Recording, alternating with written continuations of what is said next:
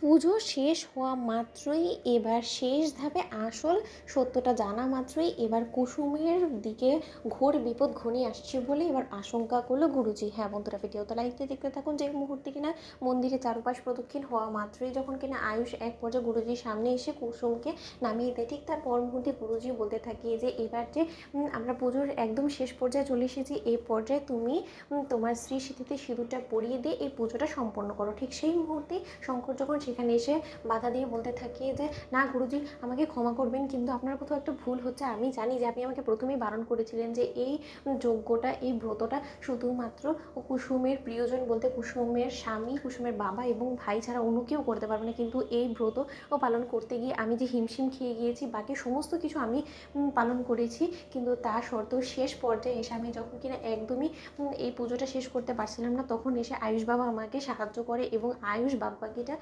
হাল ধরে এবং আয়ুষ বাবাই এই পুজো শেষ করতে আমাকে সাহায্য করে এবং কুসুমকে কোলে তুলে নেয়। ঠিক সেই সময় কথা বলা মাত্র গুরুজি বলতে থাকে যে এটা তো ঘোর অমঙ্গল, কী অলক্ষণী কাণ্ড করেছো তুমি শঙ্কর, আমার শত বারণ অমান্য করে তুমি যে কাজটা করেছো, যে তুমি ধাপটা নিয়েছো, সেটা কোনো মতে তুমি ঠিক কাজ করোনি। যেখানে কিনা আমি স্পষ্ট করে বলে দিয়েছিলাম এই ব্রতটা পালন করার আগে যে তোমাকে নিষ্ঠার সঙ্গে ব্রত পালন করতে হবে এবং এই ব্রতটা শুধুমাত্র কুসুমের স্বামী, কুসুমের বাবা এবং কুসুমের ভাই করতে পারবে, সেই জায়গায় তুমি সম্পূর্ণটা পালন করতে পারবে না, তুমি আগেই পিছিয়ে যেতে। কিন্তু তাই বলে তুমি অন্য একজন অচেনা ব্যক্তির দ্বারা এই পুজোটা সম্পন্ন করে তুমি তোমার মেয়ের জন্য মঙ্গল না, বরঞ্চ আরও বেশি অমঙ্গল এবং বিপদ ডেকে এনেছো। এইবার তোমার মেয়ের মৃত্যু হওয়া থেকে কেউ আটকাতে পারবে না। ঠিক সেই মুহূর্তেই শঙ্কর যখন কান্নায় ভেঙে পড়ে এবং বলতে থাকে যে ঈশান বাবা, আয়ুষ বাবা, তোমরা আমাকে কেন বাধা দিলে এই পুজোটা সম্পূর্ণ করা থেকে? এবার আমার মেয়েকে মৃত্যুর হাত থেকে কি বাঁচাবে বলো? তোমরা তো আর কোনো মতে সেই সময় বিপদের মুখে আমার মেয়েকে উদ্ধার করতে পারবে না। এবার এই সমস্ত কিছুর দায় কে নেবে বলো? ঠিক সেই মুহূর্তে আয়ুষ যখন বলতে থাকে যে মাঝপথে যখন কিনা পুজোর মধ্যে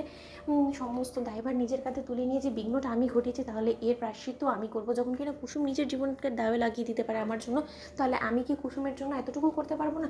গুরুজি, আপনার মূলত শর্ত তো এটাই ছিল যে ব্রতটা পালন করবে কুসুমের স্বামী প্রথমত, তাই তো? তারই তো সব থেকে বেশি অধিকার কুসুমের উপরে, তাহলে না হয় সেটাই হোক।